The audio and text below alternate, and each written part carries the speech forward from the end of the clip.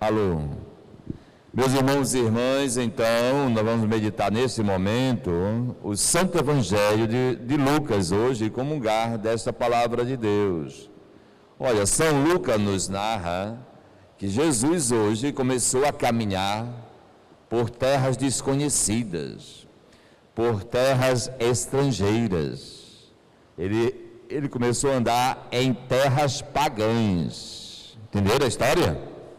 Terras pagãs, terras onde não há piedade, terras onde não há luz, portanto, reina as trevas da ignorância, as trevas do desespero, da falta de luz. A gente pode imaginar isso de maneira geográfica mesmo, foi num lugar ali e tal. Ou a gente pode imaginar esse Jesus andando nas regiões dos pagãos, Jesus andando, visitando os corações. Vocês entenderam a história? Porque todos nós podemos dizer, temos lugares que ainda Jesus parece que não passou. Entenderam a história? De um lado a gente até é gente boa, né? Fala bem, se comporta bem, etc. Tem fé em Deus, tem amor no coração. De outro lado, parece que ainda a gente tem um ressentimento, um ódio, um rancor e coisas parecidas, vícios e pecados.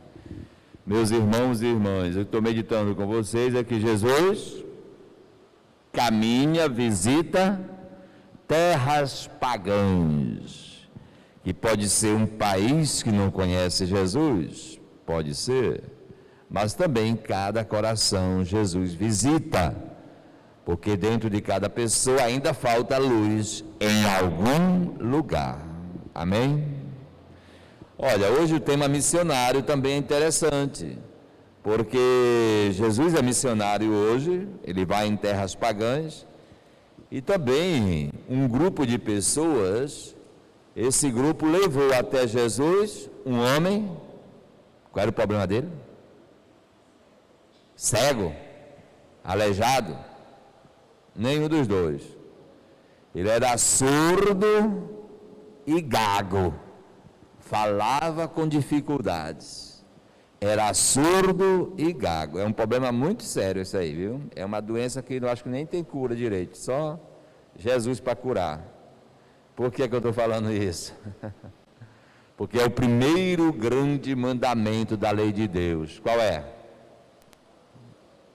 Pois é, a gente sempre responde, amar a Deus sobre todas as coisas, mas sempre eu digo, não é. Porque se a gente for ler a Bíblia, um versículo antes tem um outro mandamento. Escuta, Israel, o Senhor é o único Deus, por isso o amarás de todo o teu coração. Então, qual é o primeiro mandamento? Escuta. Eu sempre digo, né? Assim. Escuta, Israel. É para a gente escutar, mas esse homem era surdo. Aí você já deve imaginar o que é essa surdez, né? É material, padre? Ele não tinha problema? Sim, também. Mas na Bíblia todo milagre tem um significado também. Além do problema físico, tem um significado. E qual é o significado da surdez?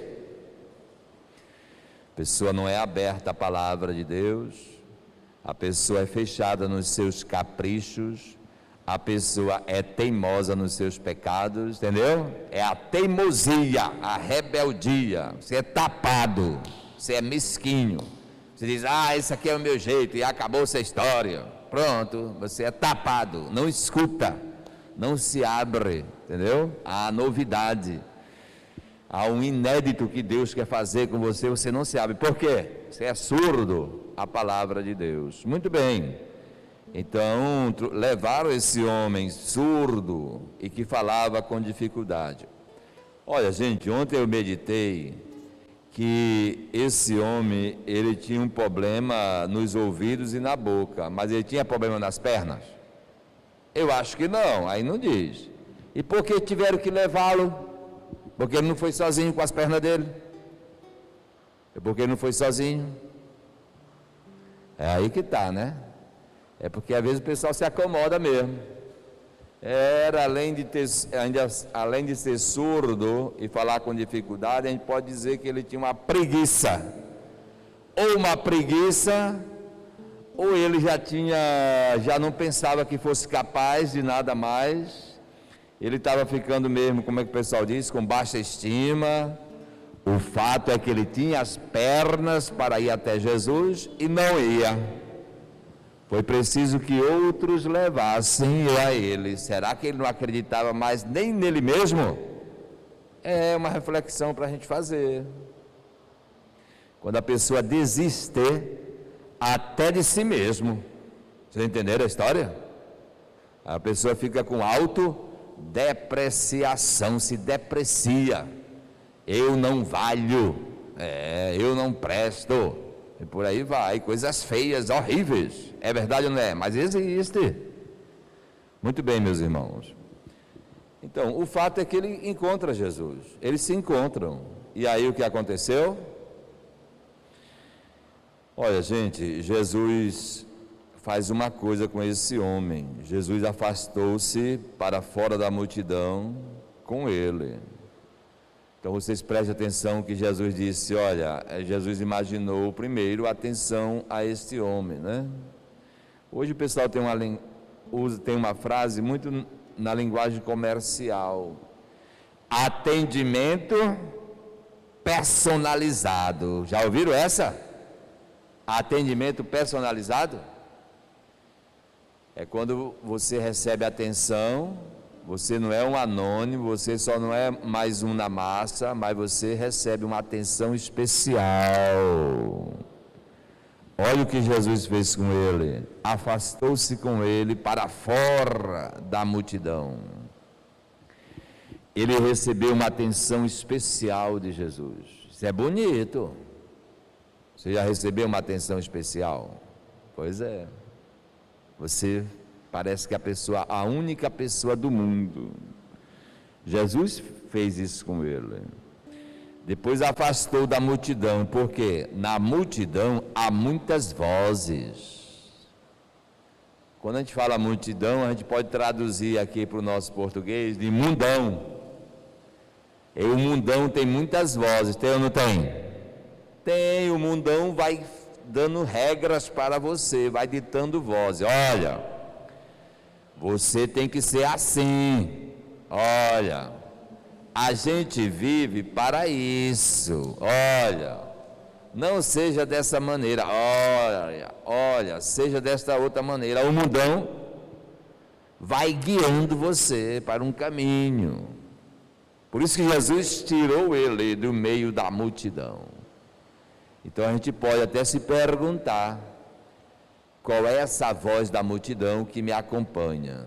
Vocês entenderam? Qual é a voz da multidão que manda em mim? Porque às vezes a gente vem na igreja, recebe o evangelho, mas quem manda é outro evangelho, é outra palavra que manda na nossa cabeça. Na nossa mente, quem manda é outra voz. Meus irmãos e irmãs, aí nosso Senhor continua a cura dele fazendo um gesto, não foi isso? Jesus colocou os dedos nos seus ouvidos, tocou nele, depois vai tocar na língua dele também. Então o gesto de Jesus, que é a força dele, que passa pelas mãos, alguém me tocou. Vocês que vão responder, não sou eu. Jesus estava no meio de uma multidão, todo mundo tocando em todo mundo. De repente Jesus para e pergunta: quem me tocou? O que é que vocês respondem? De fato os discípulos disseram: não, mestre, aqui está todo mundo tocando todo mundo. Quem me tocou? Qual é a diferença? Respondam aí vocês. Eu estou no meio da multidão e digo: alguém me tocou. Claro, no meio da multidão, empurra, no Círio de Nossa Senhora de Nazaré, não daqui, de Belém, quem já foi, todo mundo empurra todo mundo. Mas Jesus parou e disse: alguém me tocou. A gente pode dizer assim, né? Foi um toque que me tocou, entendeu? Assim também é a maneira de Jesus tocar neste homem, a gente tem que imaginar. Jesus marca a vida dele com aquele toque. E eu vou usar ainda mais essa palavra: Jesus se aloja na alma daquele homem com aquele toque. A presença real de Cristo acontece pelo toque. Muito bem, e depois Jesus faz outra coisa. Cuspiu e com a saliva tocou na língua dele. Cuspiu, pá! E depois pegou a saliva e botou na língua dele. Alguém pode dizer, ceboseira isso, né? Tem muito coronavírus aí. Pois é, gente, é porque os antigos, é uma forma de falar também essa, né? Os antigos diziam assim, que a minha alma, o meu espírito, você pode encontrar, sabe aonde? Nas minhas secreções. Então, lágrimas, suor, saliva. Então, Jesus passa a alma dele, a vida dele, para aquele homem. Vocês estão percebendo que Jesus está fazendo muita coisa para curar esse homem. Por isso que eu dizia que uma espécie de exorcismo que Jesus está falando, muito grave, porque ele não escuta.